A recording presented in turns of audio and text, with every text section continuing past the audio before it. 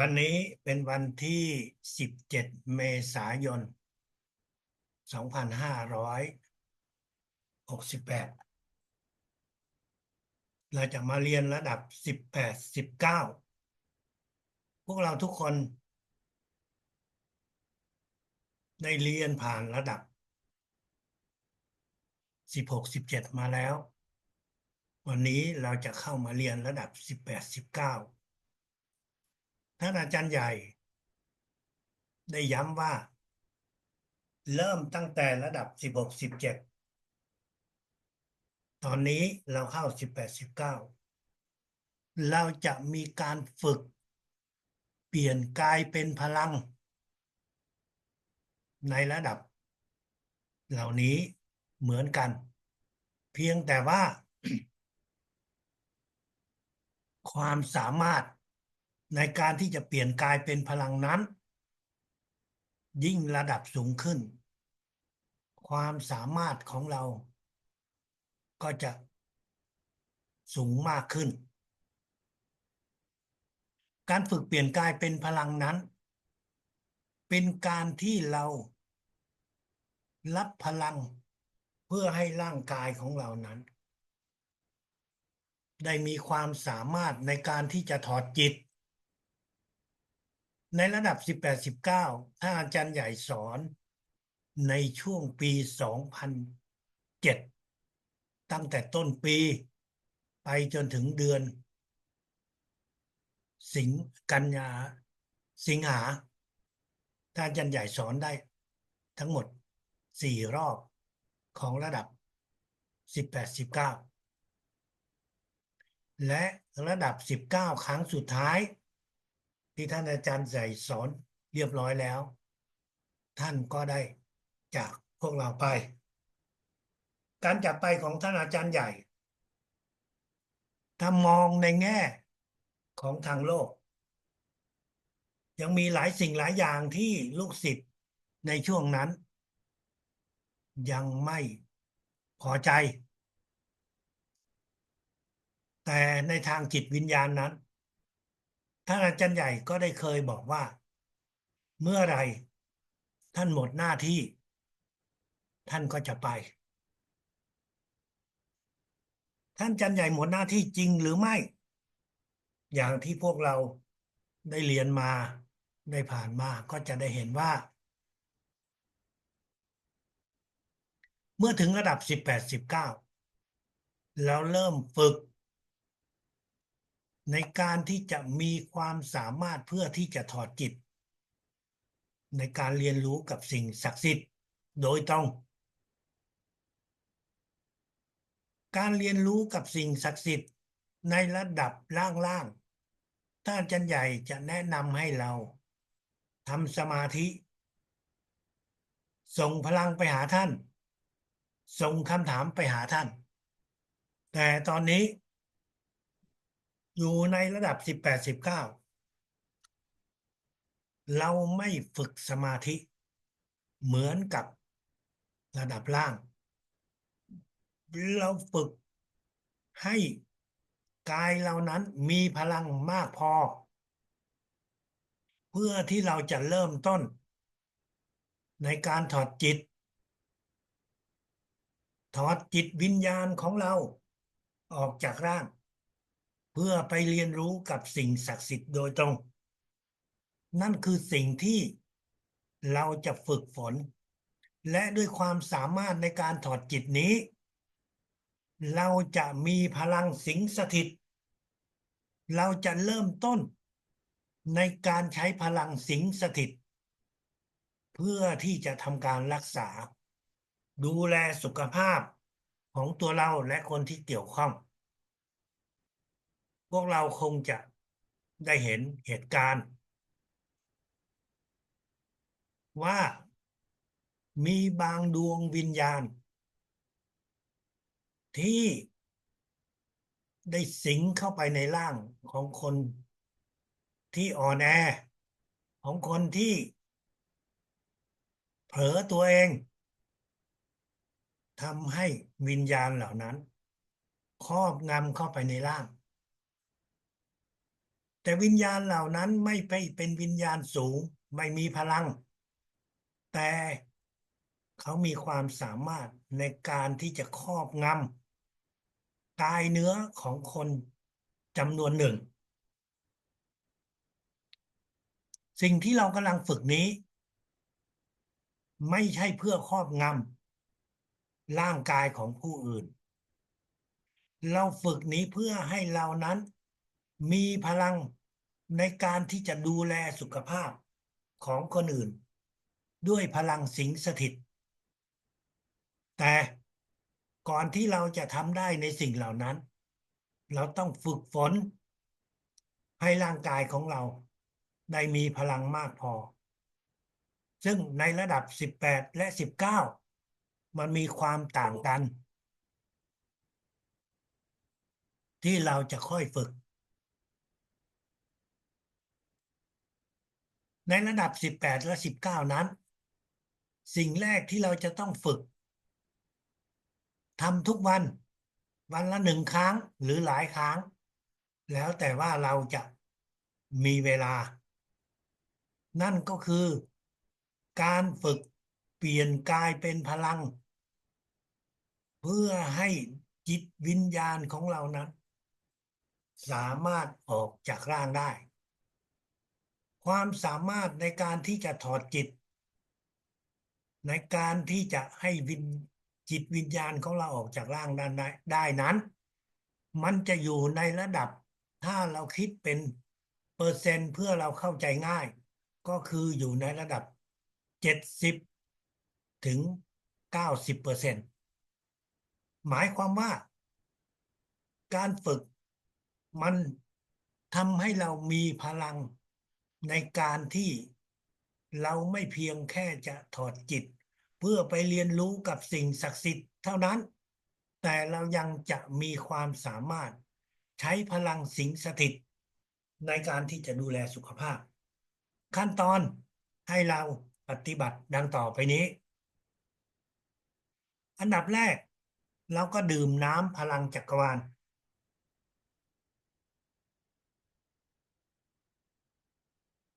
30 ซีซีหรือเทียบเท่ากับ1 คำเมื่อเราดื่มน้ำพลังจักรวาลหลังจากนั้นเราก็จะหลับตาเรารับพลังแสงทิพย์ของสิ่งศักดิ์สิทธิ์สูงสุดเข้ามาที่จักระเจ็ดของเราหลับตารับพลังแสงทิพย์เข้ามาสูดเข้าทางจมูกให้ลึกๆแล้วก็เป่าออกทางปากให้ยาวๆทำ10 ครั้งท่านอาจจะดูตัวอย่างดังต่อไปนี้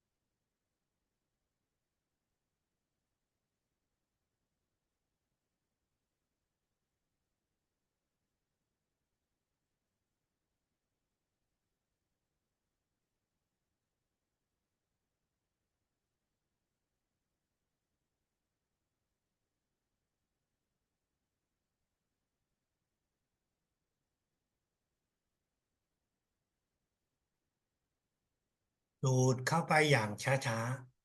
ๆเป่าออกมาก็อย่างช้าๆให้ครบ10 รอบหลังจากนั้นอธิษฐานถึงสิ่งศักดิ์สิทธิ์สูงสุด ที่เรานับถืออธิษฐานถึงจิตวิญญาณท่านอาจารย์ใหญ่ช่วยให้เราฝึกฝนได้อย่างมีประสิทธิภาพหลังจากอธิษฐานเรียบร้อยแล้วเราก็อยู่ในท่าที่หลับตารับพลังแสงทิพย์ของสิ่งศักดิ์สิทธิ์สูงสุดเข้ามาที่จักราเจ็ดของเรา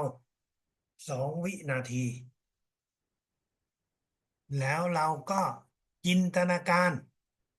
ออกเป็นคำสั่งว่าเราจะส่งพลังแสงทิพย์ของสิ่งศักดิ์สิทธิ์สูงสุดไป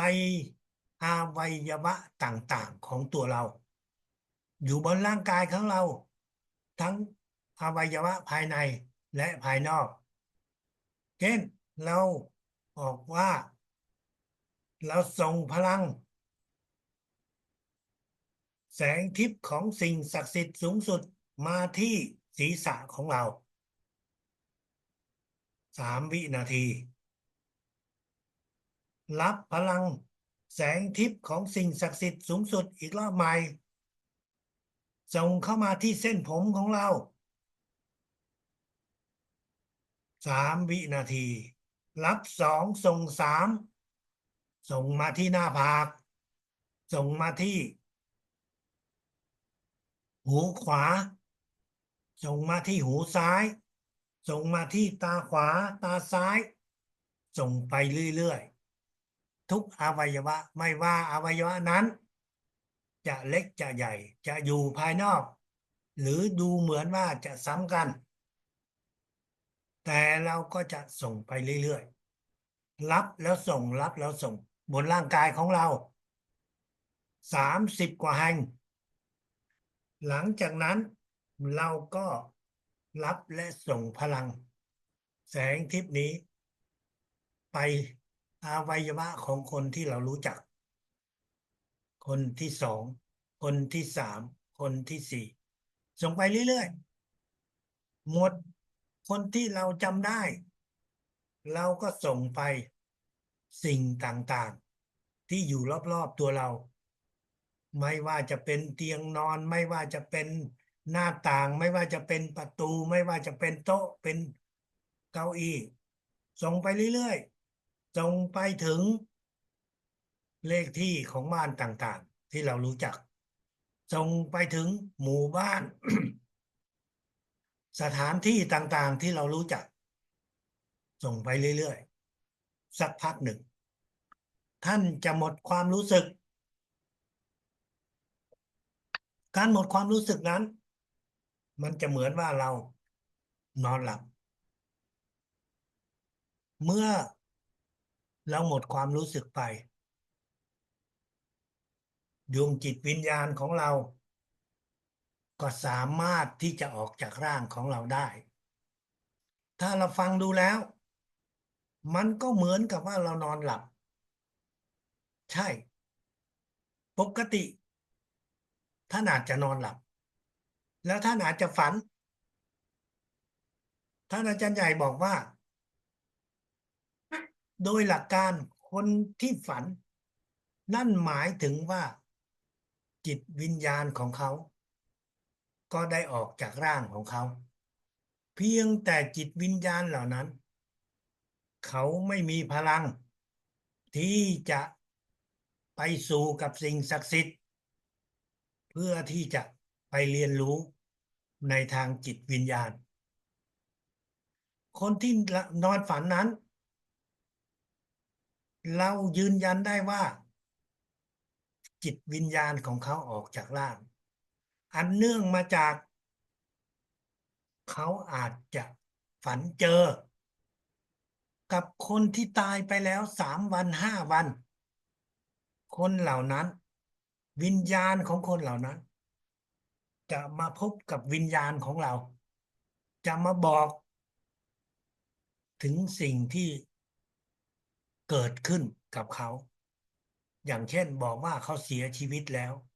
อย่างเช่นว่าเขาเป็นอย่างนี้เป็นอย่างนั้นแต่รายละเอียดไม่มีมากพอ แต่พอที่จะทำให้เรารู้ว่ามันมีเหตุการณ์ที่ร้ายแรงได้เกิดขึ้นกับคนเหล่านั้นนั่นคือวิญญาณของเราได้พบเจอกับวิญญาณของผู้ที่เสียชีวิตถ้าเราไม่อยู่ในสภาพนอนหลับเขาก็ไม่สามารถที่จะพูดคุยกับวิญญาณของเราได้เพราะว่าวิญญาณของเราโดยปกติจะไม่ออกจากร่างของเราได้อย่างง่ายๆเหมือนกับตอนที่เรานอนหลับแต่คนที่นอนหลับนั้นก็เพราะร่างกายของเขาอ่อนเพลียเขาเลยหลับไปแต่คนที่ฝึกวิชาพลังจักรวาลเพื่อให้วิญญาณออกจากร่างนั้นเราเป็นคนที่รับพลังของสิ่งศักดิ์สิทธิ์สูงสุดเข้ามาในกายเนื้อของเราเพื่อให้จิตวิญญาณของเรานั้นมีความสามารถในการที่จะออกจากร่าง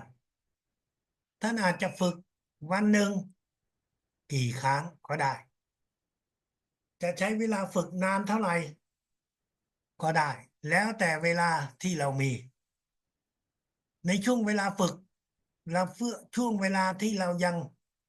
มีความรู้สึกอยู่อาจจะ5 นาที10 นาที20 นาทีถึง30 นาทีก็เป็นไปได้แต่เมื่อเราถูกถอดจิตไปแล้วเราจะไม่รู้เราจะไม่รู้ว่าวันเวลานั้นมันจะผ่านไปนานขนาดไหนถ้าหากว่าท่านฝึกในที่ไม่มีใครมาปลุกมาตื่นเราเราก็จะเหมือนกับคนที่หลับไปเป็นช่วงเวลาหนึ่งแล้วเราตื่นขึ้นมาไม่ว่าจะเป็นตอนกลางวันตอนกลางคืนโดยเฉลี่ยแล้วมันก็จะอยู่ที่ประมาณ2-3 ชั่วโมงในช่วงเวลานั้นเมื่อท่านฟื้นขึ้นมาตื่นขึ้นมาท่านจะรู้สึกว่าเราอยู่ในอาการหลับอยู่ในอาการที่เปลี่ยนกายเป็นพลังนั้นหลายชั่วโมงเป็น10-20 ชั่วโมงก็ได้เหมือนกับการนอนหลับที่ยาวนานมากแต่พอดูนาฬิกาแล้วเราเห็นว่าเวลามันผ่านไปจริงๆแค่2-3 ชั่วโมงเท่านั้นไม่ต้องตกใจในช่วงแรกเราก็จะเหมือนกับคนที่หลับสบายมากๆแต่เมื่อท่านฝึกไประยะหนึ่งสิ่งที่มันจะเกิดขึ้นกับเรานั่นก็คือเราจะเห็นตัวเราเองที่กำลังอยู่ในท่าฝึกถอดจิตท่านอาจจะอยู่ท่านั่งก็ได้อยู่ท่านอนก็ได้อยู่ท่าไหนก็ไม่สำคัญแต่ถ้าท่านไปนั่งอยู่ในท่านั่งการหลับการถอดจิตก็จะยากแต่ท่านอยู่ในท่านอนการถอดจิตก็จะง่ายขึ้นเพราะว่ากายเนื้อของเรานั้นเมื่อมันอยู่ในท่านั่ง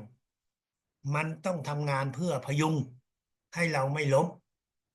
แต่ถ้าเราอยู่ในท่านอนตรงนี้เราจะไม่มีความรู้สึกของการรักษาเพื่อไม่ให้เราล้มท่านลองฝึกยืนดูสิท่านจะเห็นว่าพอท่านเริ่มจะเรียกว่าหมดความรู้สึกเมื่อท่านหมดความรู้สึกโดยทางกายเนื้อตัวเรามันก็อยากจะล้มลงเพราะมันเอียงไปเอียงมาแล้วมันอยากจะล้มลงพอมันอยากจะล้มลงเราก็ถูกตื่นขึ้นมาดังนั้นสะดวกแบบไหนท่านก็ฝึกแบบนั้นท่านอาจจะฝึกในท่านั่งอาจจะฝึกในท่านอนแต่ละคนเราจะฝึกและเราจะต้องค้นหาวิธีการที่เหมาะสมให้กับตัวเองอย่าคิดว่าทุกคนฝึกแล้วจะเหมือนกันหากว่าท่านเคยเป็นคนที่ เคยตกน้ำตายท่านเป็นคนที่เคยโดนอุบัติเหตุท่านเป็นคนที่เคยเรียกว่าตายในช่วงเวลาหนึ่งตั้งแต่สมัยที่ท่านเป็นเด็กๆ3-4 ขวบ5 ขวบ6 ขวบท่านอาจจะโดนอุบัติเหตุหรือตอนที่ท่านเริ่มโตขึ้นหากว่าท่านเคยถอดจิตในรูปแบบของอุบัติเหตุหรือโรคภัยไข้เจ็บตอนที่ท่านฝึกพลังจักรวาลเนี่ยท่านจะถอดจิตได้เร็วมากดังนั้นอย่าคิดว่าคนอื่นกับเราเหมือนกันแต่ละคนก็จะมีช่วงเวลาฝึกฝนแตกต่างกันท่านไหนที่ถอดจิตได้เร็วท่านลองนึกย้อนดูถามพ่อแม่ดูว่าตอนที่เราเป็นเด็กตอนที่เรายังอายุน้อยเราเคยถูกตายด้วยอุบัติเหตุอะไรบ้างไหม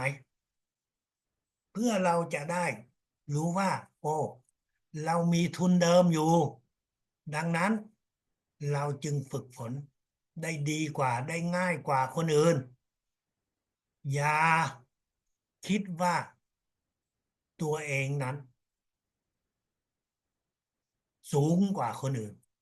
ความสามารถมากกว่าคนอื่นจริงๆแล้วสิ่งเหล่านี้แต่ละคนมีการสะสมจากการพัฒนาทางจิตวิญญาณไม่เหมือนกันนั่นคือการฝึกเปลี่ยนกายเป็นพลังเมื่อท่านฝึกเปลี่ยนกายเป็นพลังแล้วในช่วง1 สัปดาห์แรกท่านฝึกอยู่ในระดับ18ท่านก็จะมีโอกาสฝึกในการสิงสถิตเข้าไปคน1 คนคนนั้นเป็นใครก็ได้สิงสถิตเข้าไปเพื่อทำอะไรเพื่อที่จะนำพลังสิงสถิตเข้าไปดูแลสุขภาพรักษาสุขภาพบำบัดสุขภาพให้กับคนคนนั้นการที่เราสามารถที่จะสิงสถิตให้กับคน1 คนนั้นเราจะต้องเริ่มต้นด้วยการเชิญจิตวิญญาณท่านอาจารย์ใหญ่เรืองมีหนางเข้ามาที่จัดกะหกของเรา1 ครั้ง2 ครั้ง3 ครั้งเมื่อท่านเชิญจิตวิญญาณท่านอาจารย์ใหญ่เรืองมีหนางเข้ามาที่จัดกะหกของเราแล้วตอนนี้เราก็จะใช้จัดกะหกของเราสิงสถิตคือจิตวิญญาณของเรานี่แหละสิงสถิตเข้าไปที่จัดกะหกเราคิดนะคิดในจิตของเราว่าเราจะสิงสถิตเข้าไปที่จัดกะหกของคนที่เราได้เลือกไว้หรือถ้าท่านยังกลัวอะไรบางอย่างท่านก็เชิญจิตวิญญาณท่านยันใหญ่สิงสถิตเข้าไปที่จัดกะหกของคนคนนั้นในช่วงเวลาไม่เกิน30 วินาทีแน่นอนท่านไม่ได้สิงสถิตเข้าไปเพื่อที่จะตรวจสอบอะไรท่านต้องอธิษฐานว่าลูกขอสิ่งศักดิ์สิทธิ์จิตวิญญาณท่านอาจารย์ใหญ่ลูกจะขอส่งพลังสิงสถิตให้กับนายกอไก่ได้หายจากโรคภัยไข้เจ็บที่มีอยู่เช่นเป็นโรคมะเร็งเป็นโรคเบาหวานเป็นโรคความดันเป็นโรคก้อนเนื้อ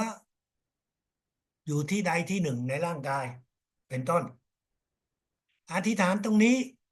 ว่าเราสิงสถิตเพื่อให้เขาได้หายจากโรค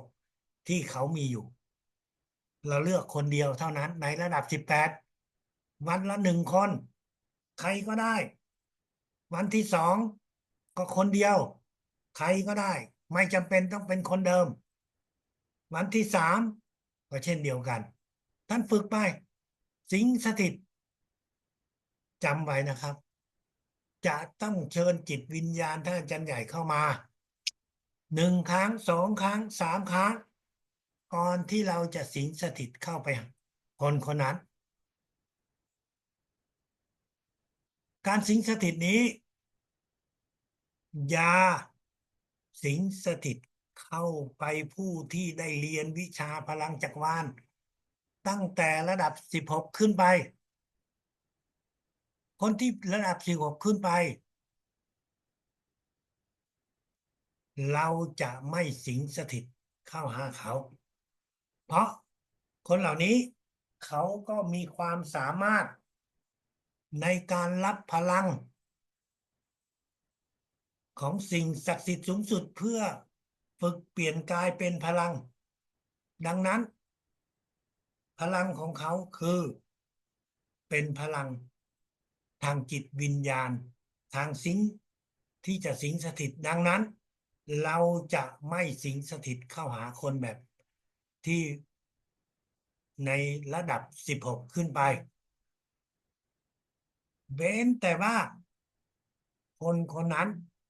เขาหมดสติเขาไม่รู้สึกตัวเราถึงจะสิงสถิตเข้าหาเขานั่นคือระดับ18หลังระดับ181 สัปดาห์เราก็สามารถที่จะเริ่มฝึกสิงสถิตให้กับคนที่เราต้องการช่วยเหลือ3 คนเชิญจิตวิญญาณท่านอาจารย์ใหญ่เข้ามา1 ครั้งเชิญจิตวิญญาณท่านอาจารย์ใหญ่เข้ามาครั้งที่2เชิญจิตวิญญาณท่านอาจารย์ใหญ่เข้ามาครั้งที่3หลังจากนั้นเราก็อธิษฐานว่าเราจะส่งพลังสิงสถิตเข้ากับนายกอไก่นายขอไข่นางคอควายเพื่อให้คนเหล่านี้ได้หายจากโรคภัยไข้เจ็บเมื่อเราอธิษฐานคนที่1เราก็จะสิงสถิตเข้าคนที่1ตามโรคที่เขามีอยู่ใช้เวลาไม่เกิน30 วินาทีอธิษฐานถึงคนที่2เราก็จะสิงสถิตเข้าไปคนที่2เพื่อให้เขาได้หายจากโรคที่เขามีอยู่ด้วยพลังสิงสถิตใช้เวลาไม่เกิน30 วินาทีคนที่3ก็เช่นเดียวกัน3 คนนี้เราสิงสถิตใน1 วันเราควรที่จะสิงสถิตทั้ง3 คนต่อเนื่องกันไม่ใช่ว่าตอนเช้า1 คนตอนกลางวัน1 คนตอนบ่าย1 คนถ้าทำก็ทำทีเดียวให้มันเรียบร้อยทั้ง3 คนวันที่2เราจะสิงสถิต3 คนเดิมก็ได้หรือไม่เราก็จะเลือก3 คนใหม่ก็ได้เช่นเดียวกันเปลี่ยนไปวันละ3 คนไม่จำเป็นต้องเป็นคนเดิมแต่ถ้าอยากได้เห็นผลได้ชัดเจนเราก็คนเดิมนั่นแหละทำไปเลยในช่วงเวลาที่เราจะฝึกฝนในสมัยก่อนแต่ละระดับนั้นมันฝึกเป็นเวลาเกือบปีเป็นเวลา7-8 เดือนดังนั้นมันมีโอกาสที่จะทำให้เรานั้นได้ฝึกฝนมากกว่าในปัจจุบันที่เราใช้เวลาเรียนเพียง15 วันแล้วเราก็ขึ้นระดับแต่ถึงอย่างไรก็ตามเราก็จะส่งพลังสิงสถิตนี้ให้กับคนที่เราต้องการช่วยเหลือวันละ3 คนเท่านั้นทำซ้ำ3 คนเดิมก็ได้ว่าเราพยายามที่จะจดจำไว้เราจะไม่สิงสถิต กับผู้ที่ได้เรียนถึงระดับ16ขึ้นไปเว้นแต่ว่าคนเหล่านี้เขาเป็นโคม่าเขาไม่รู้สึกตัวเราถึงจะสิงสถิตเข้าไปหาพวกเขานั่นคือการส่งพลังสิงสถิตที่เราปฏิบัติวันละ3 คนของระดับ19ในระดับ18 19นี้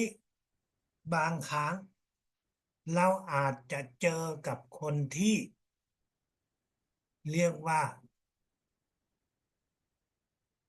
หัวใจหยุดเต้นด้วยเหตุผลต่างๆอย่างเช่นเขาเป็นโรคหัวใจ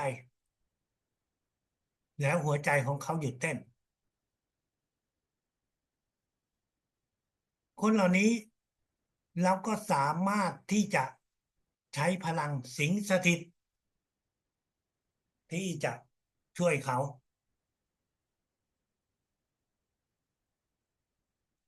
ถ้าหากว่าเรารู้เขาอยู่ที่โรงพยาบาลแล้วเรามีน้ำกระเทียมพลังจักรวาลเราก็จะกรอกใส่ปากของเขาด้วยช้อนหรือว่าด้วยหลอดดูดน้ำกระเทียมพลังจักรวาลนี้เราใส่เข้าทางปากเขาแล้วหลังจากนั้นเราก็จะสิงสถิตเข้าไปในร่างของเขาผ่านทางจักระ6 10 นาทีผ่านไปเขายังไม่ฟื้นเราก็ทำซ้ำอีกรอบหนึ่งทำซ้ำ3 รอบแต่เมื่อเขาไม่สามารถที่จะฟื้นขึ้นมาได้หลังจากที่เราได้พยายามที่จะสิงสถิต3 รอบแล้วแต่ละรอบห่างกันโดยประมาณ10 นาทีหากว่าช่วยไม่ได้วิญญาณของเขาก็ยังได้รับพลังเพื่อไปสู่กับแสงสว่างกับสิ่งศักดิ์สิทธิ์นั่นคือกรณีของคนที่โดนอุบัติเหตุคนที่เรียกว่าหัวใจหยุดเต้นในบางครั้งเราก็เจอคนที่โดนอุบัติเหตุแต่คนเหล่านี้เราจะไม่สิงสถิตเราจะส่งพลังแบบที่เราเรียกว่าฉุกเฉินเราเพียงอธิษฐานว่าเราขอส่งพลังช่วยให้กับคนโดนอุบัติเหตุเหล่านี้เขาอยู่บนรถพยาบาลเขาอยู่บนรถปอเต็กตึงเราส่งพลังไปด้วยคำอธิษฐานทางจิตเพื่อที่จะให้เขานั้นได้มีพลังฟื้นขึ้นมาแต่เราจะไม่สิงสถิตเข้าหากับคนเหล่านี้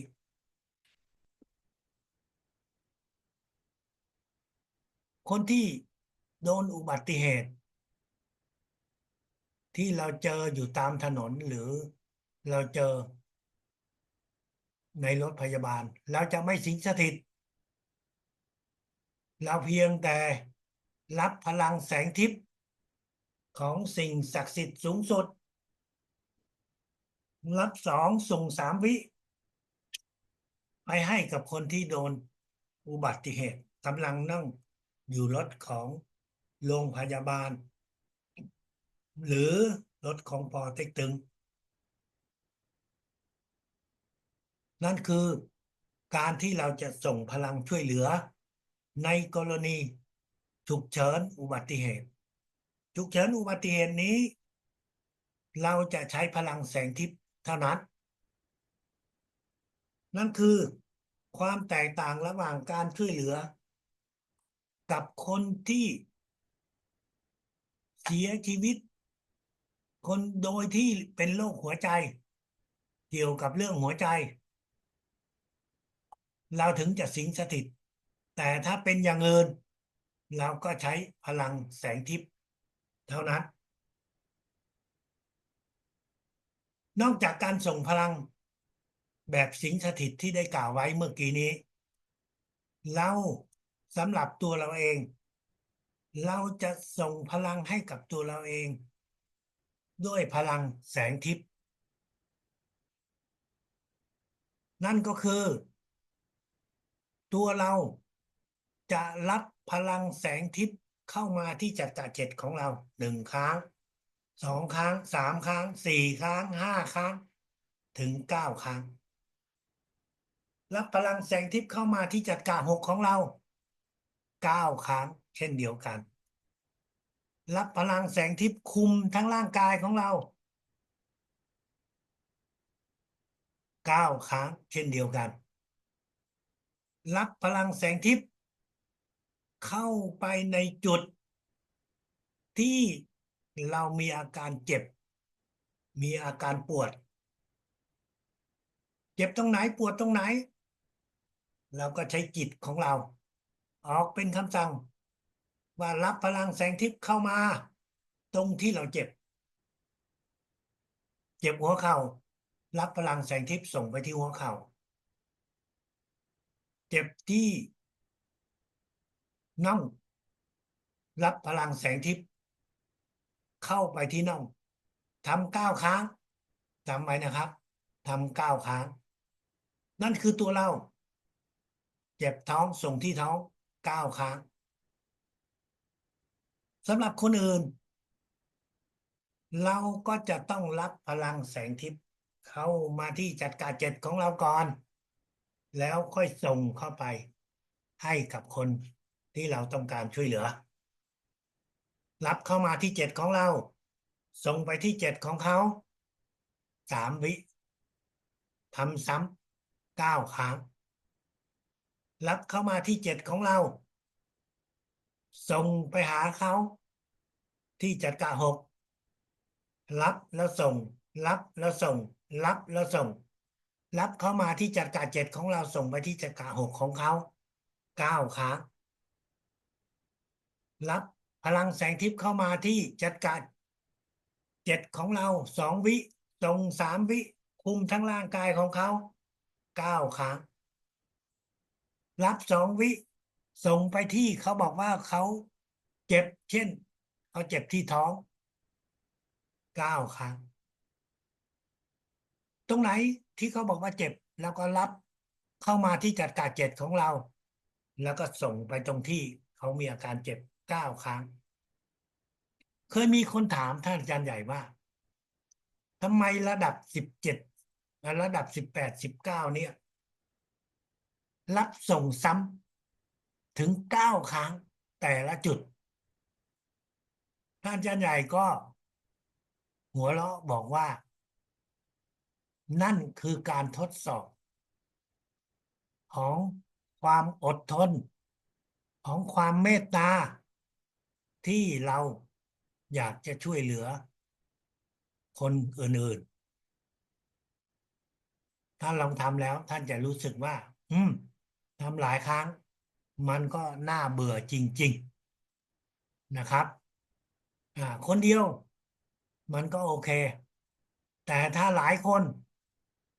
เราก็จะรู้สึกว่ามัน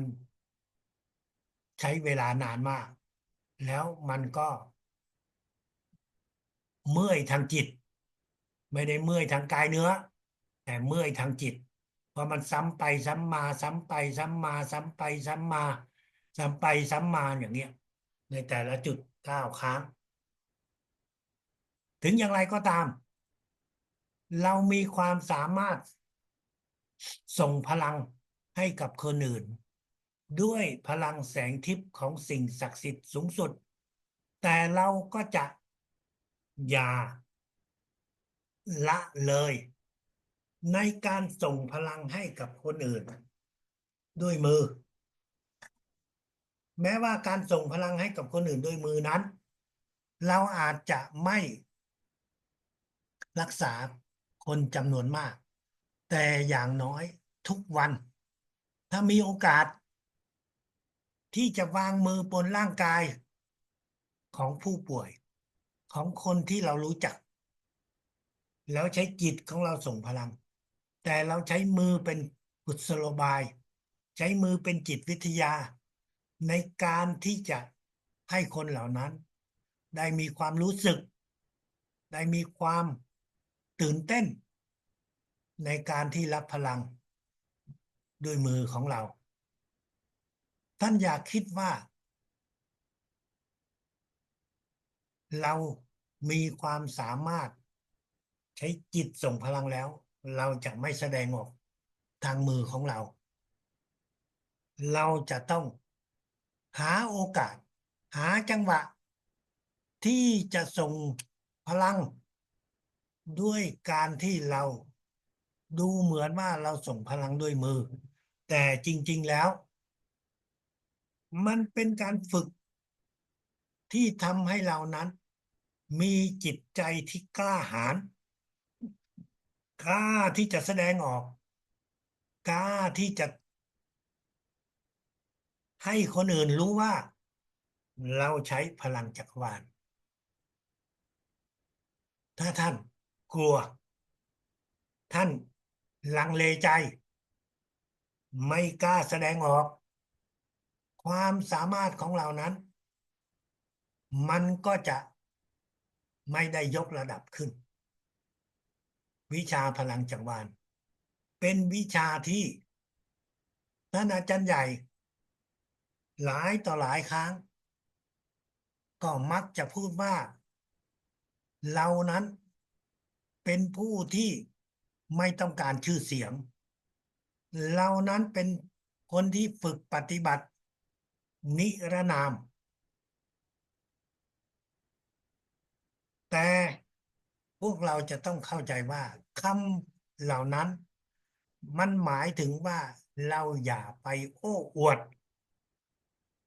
โอ้อวดคือเป็นการแสดงออกที่ไม่ถ่อมตัวถ่อมตนแสดงออกว่าเราเก่งกาจแสดงออกว่าเราเหนือคนอื่นนั่นไม่ใช่เป็นสิ่งที่เราต้องการแสดงออกเราแสดงออกตรงนี้เพื่อให้เขารู้ว่าเรามีวิชานี้และวิชานี้จะช่วยคนต่างๆได้วิชานี้เราต้องกล้าที่จะเปิดเผยตัวเองการส่งพลังด้วยมือนั้นมันเป็นสิ่งที่จะทำให้เราได้มีการพัฒนาได้เข้มแข็งนอกจากการส่งพลังให้ทีละคนอย่างที่พวกเราก็รู้ว่าเราสามารถที่จะส่งพลังให้กับคนเป็นหมู่ได้เมื่อเรามีรายชื่อคนจำนวนมากแล้วก็แบ่งเป็นกลุ่มเป็นกลุ่มอย่างน้อยก็สองสามคนเป็นหนึ่งกลุ่มมากกว่านั้นเท่าไหร่ก็ได้แต่ถ้าท่านมีมากแล้วก็แบ่งสามสี่กลุ่มก็พอเพื่ออะไรเพื่อที่เราจะได้ฝึกฝนเราอธิษฐานถึงสิ่งศักดิ์สิทธิ์จิตวิญญาณท่านอาจารย์ใหญ่ว่าเราจะส่งพลังให้กับกลุ่มที่หนึ่งก็มีรายชื่อหรือมีรูปภาพจะเป็นรายชื่อหรือรูปภาพก็ได้ได้ทั้งสองอย่างมีทั้งสองอย่างยิ่งดีรับพลังแสงทิพย์ของสิ่งศักดิ์สิทธิ์สูงสุดรับ2 วิส่ง3 วิเข้าไปที่จัดกะเจ็ดจัดกะเจ็ดนี้ท่านอาจจะจินตนาการเป็นเงาของคนแทนในกลุ่มนั้นเป็นนอมินีเป็นตัวแทนให้กับกลุ่มนั้นก็ได้หรือไม่ท่านก็ใช้คำสั่งในทางจิต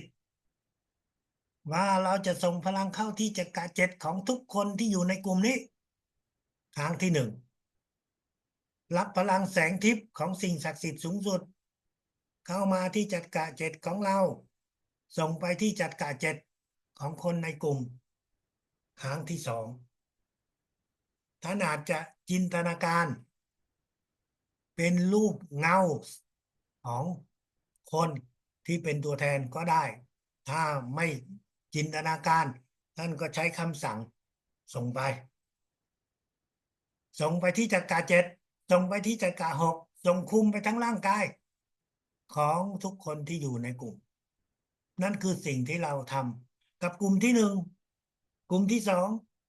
กลุ่มที่สามเราก็ส่งไป9 ครั้งพวกเราจะต้องจดจำไว้ว่าการส่งพลังนี้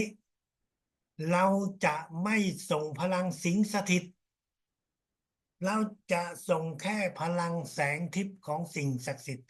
เท่านั้นไอ้พลังสิงสถิตเราจะส่ง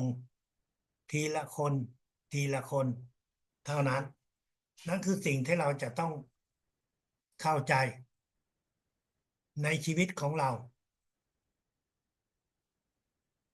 ท่านอาจจะเจอกับคนที่พูดจาหรือมีการกระทำให้เรานั้นจิตของเราไม่สงบเพราะคำพูดของเขาทำให้เรามีความโกรธทำให้เรามีความอึดอัดในใจทำให้เรานั้นคิดฟุ้งซ่านเรื่องต่างๆท่านอาจจะใช้วิธีการสิงสถิตเพื่อที่จะสงบจิตของตัวเราดื่มน้ำพลังจักรวาล30 ซีซี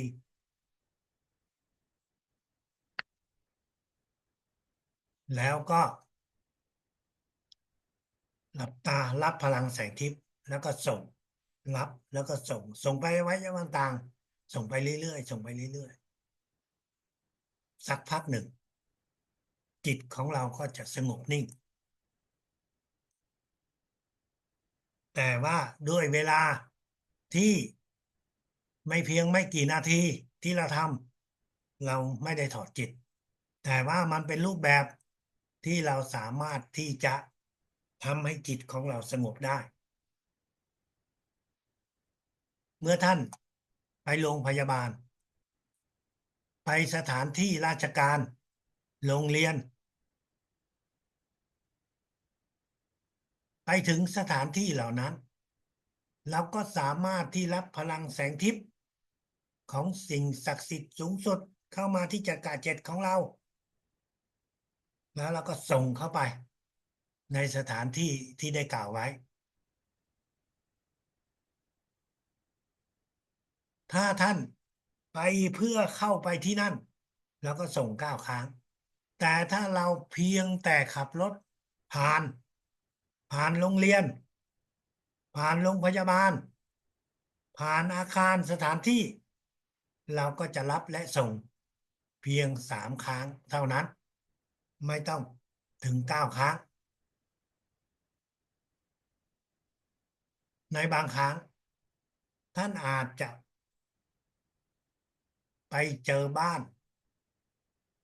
ที่เขาเคยทำคุณไสยเขาเคยไปเรียกว่าเช่าสิ่งของเข้ามาในบ้านเป็นลักษณะเครื่องรางของขลังที่มันมีวิญญาณพลังแฝงที่อาจจะยังติดอยู่ถ้าหากว่าเรารู้สึกได้ด้วยความรู้สึกของเราเราก็รับและส่งพลังแสงทิพย์เข้าในบ้านนี้9 ครั้งทำต่อเนื่อง10 วันเพราะว่าเจ้าของบ้านเดิมเขาอาจจะไปเช่าอาจจะทำพิธีต่างๆเพื่อเชิญให้วิญญาณเหล่านั้นเข้ามาอยู่ในบ้านนี้นั่นคือการที่เราจะช่วยปลดปล่อยให้วิญญาณพลังแฝงได้กลับไปสู่กับสิ่งศักดิ์สิทธิ์บ้านนั้น อาจจะเป็นบ้านของญาติของเราของเพื่อนของเราหรือใครก็แล้วแต่เราก็สามารถที่จะช่วยได้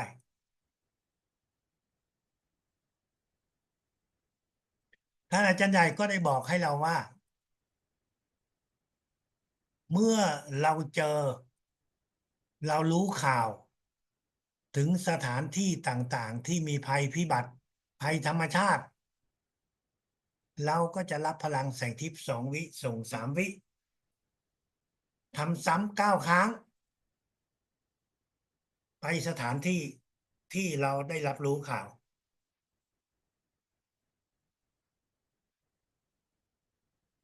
ถ้าเป็นไปได้เราก็จะสิงสถิตเชิญจิตวิญญาณท่านอาจารย์ใหญ่หรือส่งพลังสิงสถิตของจิตวิญญาณของตัวเราเองไปในสถานที่เหล่านั้นก็ได้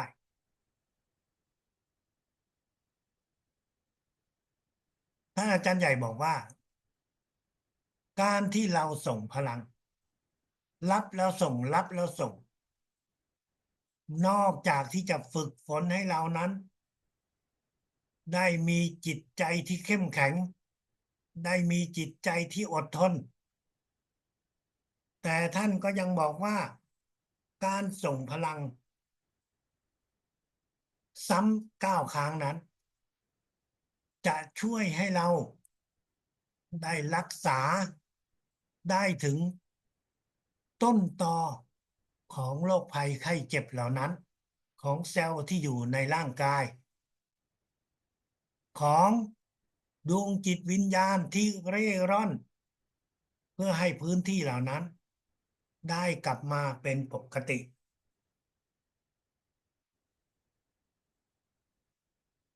การใช้น้ำพลังจักรวาลน้ำกระเทียมพลังจักรวาล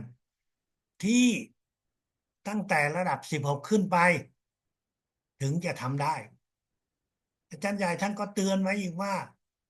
ถ้าหากว่าพวกเราเตรียมน้ำกระเทียมพลังจักรวาลนี้เอาไว้ในบ้านยามฉุกเฉินเราก็สามารถที่จะใช้มันได้น้ำ500 ซีซีกระเทียม350 กรัมสุรา40 ดีกรีขึ้นไปจะเป็นสุราชาวบ้านหรือว่าสุราต่างประเทศก็ได้10 กรัมน้ำตาล10 กรัมเกลือทุกอย่างเหล่านี้ให้เราหลังจากที่เราได้เอาเปลือกออกไปเรียบร้อยเราก็ส่งพลังเข้าไปใส่เข้าไปในหลอดแก้วในขวดแก้วที่ปากกว้างนะฮะแล้วเราก็ส่งพลังแสงทิพย์เข้าไปทำซ้ำ9 ครั้งเก็บไว้ข้างนอก3 วันหรือ72 ชั่วโมงหลังจากนั้นเอากระเทียมออกกระเทียมก็สามารถเอาไปรับประทานเหมือนกับกระเทียมดองส่วนน้ำเราก็ไว้ในตู้เย็นจำไว้ว่าน้ำกระเทียมพลังจากวานนี้ผู้คนที่อยู่ในช่วงยุคโควิด 19มีหลายท่านก็ได้ใช้น้ำนี้ในการป้องกันโควิด 19อย่างมีประสิทธิภาพและมีประสิทธิผลในชีวิตประจำวันถ้าหากว่าท่านเจ็บป่วยเป็นไข้เป็นหวัดอะไรน้ำนี้ก็จะช่วยได้อย่างดีวันหนึ่งอย่างน้อยก็10 ซีซีถ้ามีอาการหนักก็3 ครั้งครั้งละ10 ซีซีก็มากพอวิชาพลังจักรวาลอย่างที่พวกเรารู้ว่าเราสามารถที่จะใช้ในการเกษตรการปศุสัตว์หรือกิจกรรมอย่างอื่น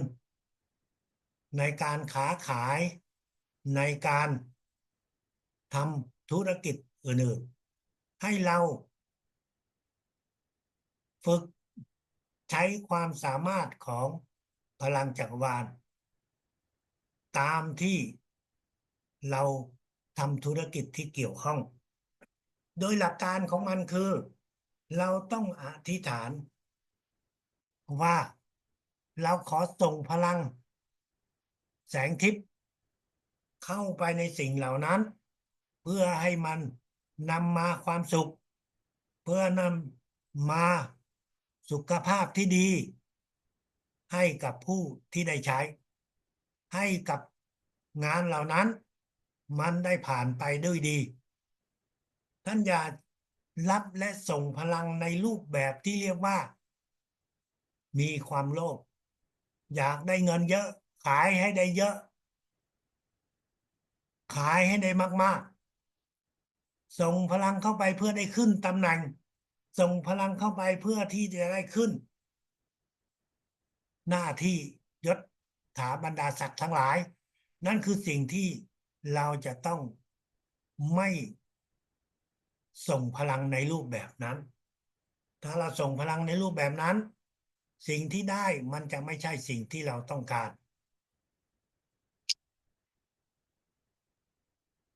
ท่านอาจารย์ใหญ่ก็ได้พูดถึงว่า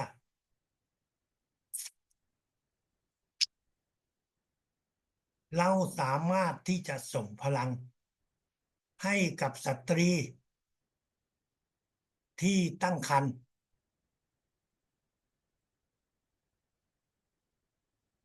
ให้สตรีที่ตั้งครรภ์แล้วเพื่อที่จะให้เด็กเหล่านี้เมื่อเราส่งพลังเข้าไปเด็กเหล่านี้ก็จะเกิดการพัฒนาและจะกลายเป็นเด็กฉลาดนั่นคือการส่งพลังให้กับคุณแม่และเด็กน้อยที่อยู่ในท้องที่เราสามารถที่จะช่วยได้วิชาพลังจักรวาลเมื่อเราส่งเข้าไปให้กับสตรีมีหลายท่านที่ว่ามีอายุสูงแล้วประจำเดือนหมดไปแล้วนั่นหมายถึงว่าร่างกายของท่านเริ่มชราแต่มีบางคนเมื่อได้รับพลังจักรวาลเข้าไปกลับมามีประจำเดือนการกลับมามีประจำเดือนนั้นมันบ่งบอกอะไรมันบ่งบอกว่าร่างกายนั้นได้สาวขึ้นได้มีสุขภาพที่ดีขึ้นดังนั้นอวัยวะหรือฮอร์โมนต่างๆมันก็ฟื้นขึ้นมาเพราะฉะนั้นเมื่อ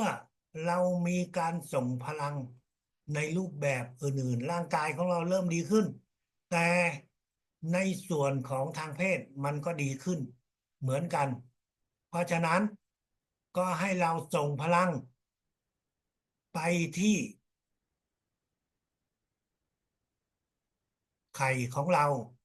ไปที่ช่องคลอดของเราเพื่อให้อวัยวะเหล่านี้ได้มีการพัฒนาที่ดีขึ้นเพื่อให้สุขภาพของเรานั้นได้ดีขึ้นสุขภาพทางเพศก็เป็นสุขภาพหนึ่งที่มนุษย์ของเรานั้นต้องดูแลแม้ว่าเราจะมีกิจกรรมหรือไม่มีกิจกรรมแต่ถ้าคนที่มีสุขภาพดีมันก็จะมีฮอร์โมนตามสัญชาตญาณของมันเมื่อเราส่งพลังเข้าไปอวัยวะต่างๆเหล่านี้ก็จะทำงานได้ดีขึ้นนั่นคือสิ่งที่เราจะต้องเข้าใจว่าทำไมมีหลายคนที่พอถึงอายุส่งพลังเข้าไปกลับมามีประจำเดือนได้แน่นอนเรื่องเหล่านี้ในบางคนบางท่านอาจจะไม่กล้าพูดถึงแต่ในวิชาพลังจักรวาลผู้ที่เรียนนั้นได้ถามท่านอาจารย์ใหญ่อยู่ในห้องเรียนเขาตกใจเขากลัวว่าเขาเป็นอะไรหรือเปล่าแต่จริงๆแล้วนั่นก็คือสุขภาพที่ดีสุขภาพที่แข็งแรงคนที่ยังอยู่ในวัยเจริญพันธุ์นั่นหมายถึงว่าผู้ที่มีครอบครัวมีกิจกรรมทางคู่สามีภรรยาท่านอาจารย์ใหญ่ก็บอกว่าอย่าลืม ส่งพลังในช่วงเวลาที่เรามีกิจกรรมของครอบครัวของสามีภรรยาเพื่อที่จะทำให้เรานั้นได้มีการพัฒนาทางจิตวิญญาณได้สูงขึ้นเพราะการที่เรามีกิจกรรมของชีวิตสามีภรรยาเป็นการฝึกทางจิตวิญญาณในระดับสูงเมื่อเราส่งพลังในช่วงเวลาที่เราเริ่มต้นช่วงเวลาที่เราได้ถึงจุดสูงสุดและ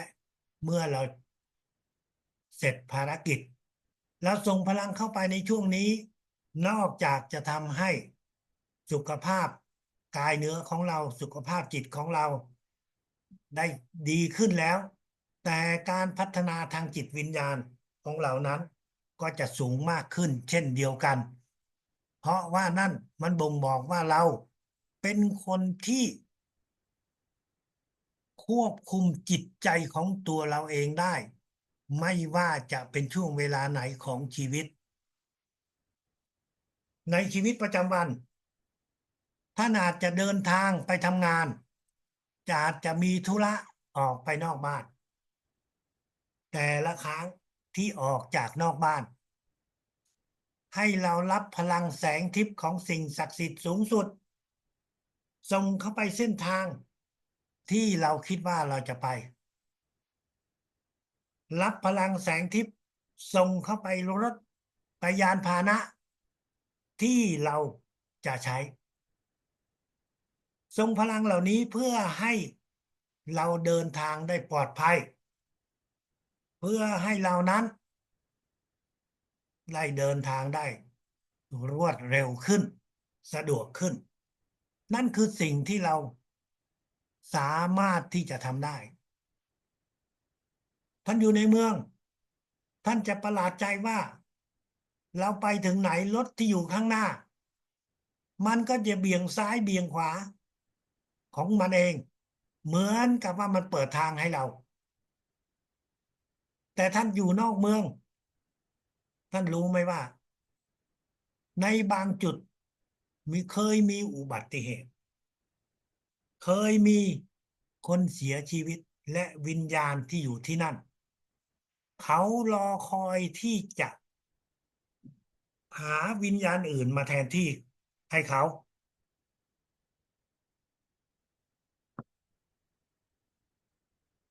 เพราะวิญญาณเหล่านั้นมีความคิดความเข้าใจว่าถ้าหากว่ามีคนอื่นมาแทนที่เขาก็จะได้ไปสู่ที่ที่เขาชอบไปสู่สิ่งศักดิ์สิทธิ์แต่เป็นความเข้าใจผิดสิ่งเหล่านี้เขาทำให้คนเกิดอุบัติเหตุตรงนั้นถ้าเราส่งพลังเข้าไปเส้นทางที่เราเดินทางโอกาสที่จะเกิดขึ้นกับเราแน่นอนก็จะไม่มีอยู่แล้วและเราก็ไม่รู้ว่าจุดตรงนั้นมันอยู่ตรงไหนนั่นคือสิ่งที่เรารับและส่งพลังให้กับยานพาหนะและเส้นทางที่เราจะเดินทางทุกคนเราย่อมมีความสามารถแต่ในบางครั้งเราลืมตัวเรามีอัตตาเราคิดว่าเราเก่งเราคิดว่าเรามีความสามารถและในบางครั้งอัตตานี้จะทำให้เรานั้นโกรธไม่พอใจกังวลใจแย่งชิงอิจฉาริษยาดังนั้นหากว่าเรารู้ตัวเองว่าเรามีนิสัยแบบนี้เกิดขึ้นบ้างทันทีทันใดให้อธิษฐานจิตวิญญาณท่านอาจารย์ใหญ่เข้ามาที่จักระหกของเรา3 ครั้งแล้วเราก็จะหมดไปไออัตตาที่มันกำลังจะควบคุมจิตใจของเราสิ่งเหล่านี้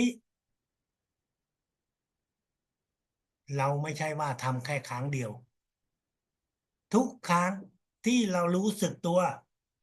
เราก็จะเชิญจิตวิญญาณท่านอาจารย์ใหญ่เข้ามาที่1 ครั้ง 2 ครั้ง เพียง3 ครั้งนี้ เราก็จะหมดไปความรู้สึกที่อยากจะแย่งชิง หมดไปความรู้สึกที่โกรธ หมดไปความรู้สึกที่ไม่พอใจ นั่นคือสิ่งที่เราสามารถที่จะปฏิบัติที่จะทำได้ ในวิชาพลังจักรวาล เราก็อยากจะช่วยเหลือคน โดยเฉพาะพวกที่ติดเหล้าติดบุหรี่ติดยาเสพติด ท่านอยากจะช่วยเหลือคนเหล่านั้นแล้วก็สามารถที่จะส่งพลังแสงทิพย์เข้าไปที่ขวดเหล้าเข้าไปที่แก้วที่เขากำลังกินเข้าไปบุหรี่แต่สำหรับคนที่ติดยาเสพติด ถ้าเราจะช่วยเขา เรารับพลังแสงทิพย์เข้ามาที่จักราเจ็ดของเราส่งไปที่จักราเจ็ดเขารับเข้ามาที่7เราส่งไปที่จักรา6ของเรา รับเข้ามาที่จักราเจ็ดของเราและส่งไปทั้งร่างกายของเขา แต่หลังจากที่เราอธิษฐานแล้วเราก็จะอธิษฐานว่าให้เขาเลิกยาและอธิษฐานให้เขามีสุขภาพหลังจากที่เลิกยา แต่อย่าไปเปิดเผยตัวเองกับตัวของคนคนนั้น หรือกับคนในครอบครัวของเขา เพราะไม่งั้นเดี๋ยวอันตรายมันจะเข้ามาหาตัวเรา นั่นคือสำหรับพวกยาเสพติดท่านอยากจะช่วยก็ดีแล้ว แต่เราจะต้องเข้าใจว่าผู้ที่ติดยาเสพติดนั้นมันเป็นธุรกิจสีเทาที่มันพร้อมที่จะทำร้ายคนอื่น คนที่ขัดขวาง ดังนั้นเราจะรับส่งพลังช่วยกับคนเหล่านี้ เราก็จะต้องทำในรูปแบบเงียบๆไม่เปิดเผย ไม่ทำให้เขารับรู้ว่าเรากำลังดำเนินการ เว้นแต่ว่าเราอยู่ในค่ายในสถานที่บำบัดอันนั้นก็เราก็รู้อยู่แล้ว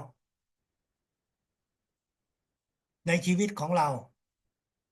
เราก็จะเคยเจอคนจำนวนหนึ่ง คนเหล่านี้ไม่ว่าจะเป็นคนอยู่ในครอบครัว หรือคนที่ร่วมงานกับเรา ในบางครั้งเราโกรธเขา เราไม่พอใจเขาเพียงเล็กน้อย แต่บางครั้งความโกรธความไม่พอใจก็เยอะมากขึ้น บางครั้งความโกรธรุนแรงให้เราปฏิบัติในรูปแบบดังต่อไปนี้ เมื่อความโกรธความไม่พอใจนั้นเล็กน้อยในสิ่งที่เขาทำผลกระทบต่อเรา เขาพูดจาหรือเขาทำอะไรบางอย่าง แต่มันเป็นความโกรธที่เล็กน้อยเราก็จะรับพลังแสงทิพย์เข้ามาที่จักระ7ของเรา2 วิส่ง3 วิเข้าไปที่จักระ6ของเขาเพียง1 ครั้งเท่านั้น ถ้าความโกรธมันมากๆเราก็รับแล้วส่งเข้าไปที่จักระ6ของเขา3 ครั้ง ถ้าความโกรธนั้นรุนแรง9 ครั้งสำหรับคนเหล่านี้ เราส่งพลังแสงทิพย์เข้าไปที่จักระ6ของเขา เพื่อทำให้จิตวิญญาณของเขา ได้เปลี่ยนแปลงได้รับรู้เพื่อเปลี่ยนนิสัยของเขา เราส่งพลังเข้าไปเราไม่ใช่เปลี่ยนนิสัยของเขานะครับ แต่เราส่งเข้าไปนี่คือเข้าไปที่จิตวิญญาณของเขา เราไม่สามารถที่จะ ใช้ในแบบที่เราเรียกว่าสะกดจิตแต่เราจะส่งพลังไปถึงจิตวิญญาณของเขาจำนวนครั้งมากหรือน้อยก็ขึ้นกับความรู้สึกที่เรามีต่อคนคนนั้นพวกเราเรียนถึงระดับ18 19นี้ท่านอาจารย์ใหญ่ก็บอกว่าพวกเราจะต้องเริ่มฝึกในการที่จะชักชวนคนเพื่อได้เปิดจักระ100%ในสมัยที่ท่านอาจารย์มีชีวิตอยู่นั้นระดับ18 19ก็ยัง18 19นี้ยังไม่ได้เปิดจักระ100%ได้แต่ในวันอาทิตย์ช่วงเที่ยงของวันอาทิตย์ท่านอาจารย์ใหญ่จะเปิดจักระ100%ดังนั้นเราก็สามารถที่จะชักชวนคนที่เรารักษาโรคให้เขาได้รับการเปิดจักระร้อยเปอร์เซ็นต์แต่ณปัจจุบันเราก็ยังไม่สามารถเปิดจักระร้อยเปอร์เซ็นต์ได้แต่เราก็จะพูดฝึกชักชวนให้คนเหล่านั้นได้มีความเชื่อว่าการเปิดจักระร้อยเปอร์เซ็นต์นั้นจะมีผลดีต่อร่างกายของเขาจะทำให้เขานั้นได้มีสุขภาพที่ดีขึ้นนั่นคือสิ่งที่เราควรที่จะฝึกในการที่จะแสดงออกว่าวิชาพลังจักรวาลเป็นวิชาที่จะช่วยให้เขาได้มีสุขภาพที่ดีขึ้นถ้าเขาบอกว่าเขาอยากจะเปิดเราเปิดไม่ได้เพราะเราอยู่ในระดับ18 19เราก็เชิญเขาเข้าไปในกลุ่ม1 2 3 4เพื่อที่เขาจะได้มีโอกาสเปิดจักระร้อยเปอร์เซ็นต์และถ้าหากว่าเขาได้เห็นผลประโยชน์มากกว่านั้นเขาก็จะได้มีโอกาสที่จะได้เรียนรู้ในวิชาพลังจักรวาลระดับ1 2 3 4จบระดับ18 19ถ้าไหนมีคำถามอะไรก็สามารถที่จะถามได้นะครับเชิญครับ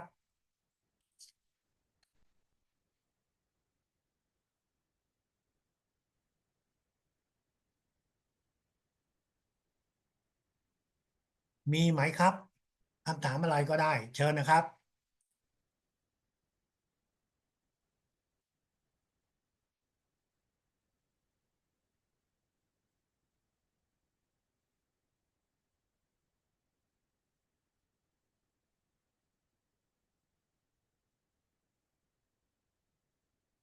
พวกเราทุกคนจำไว้นะครับว่าระดับ1918 19นี้เป็นระดับที่พวกเรายังไม่สามารถเปิดจักระร้อยเปอร์เซ็นต์ได้ด้วยตัวเราเองเราก็สามารถที่จะเชิญชวนให้คนเหล่านั้นไปรับการเปิดจักระอยู่ในกลุ่ม1 2 3 4ก็ได้แต่เมื่อเราอยู่ในระดับ20แล้วเราก็สามารถที่จะฝึก เปิดจักระให้กับเขาด้วยตัวเราเอง ตอนนี้ไม่มีใครมีคำถามอะไร ก็เรามารับพลังด้วยกันนะครับ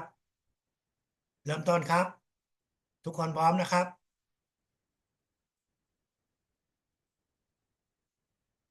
ลูกขอสิ่งศักดิ์สิทธิ์จิตวิญญาณท่านอาจารย์ใหญ่ ให้ลูกได้รับพลังความสามารถของระดับ18 19เริ่มต้นครับ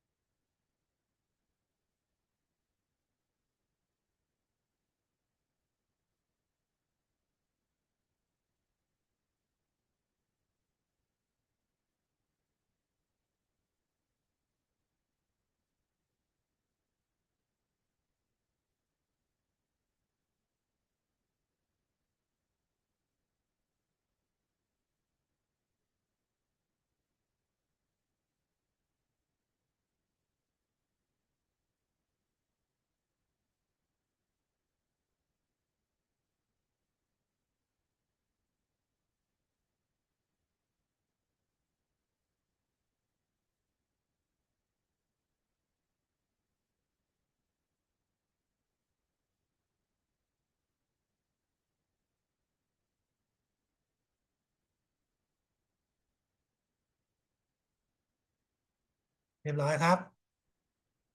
ตอนนี้เรามาส่งพลังให้กับผู้ที่ประสบอุบัติเหตุอยู่ที่ตึกถล่มของสตงนะครับ อธิษฐานตามนะครับ อย่าหลับตานะครับ ลูกขอสิ่งศักดิ์สิทธิ์จิตวิญญาณท่านอาจารย์ใหญ่ ลูกขอรับพลังส่งพลังให้กับดวงจิตวิญญาณ อยู่ที่ตึกถล่มสตงจตุจักรเริ่มต้นครับ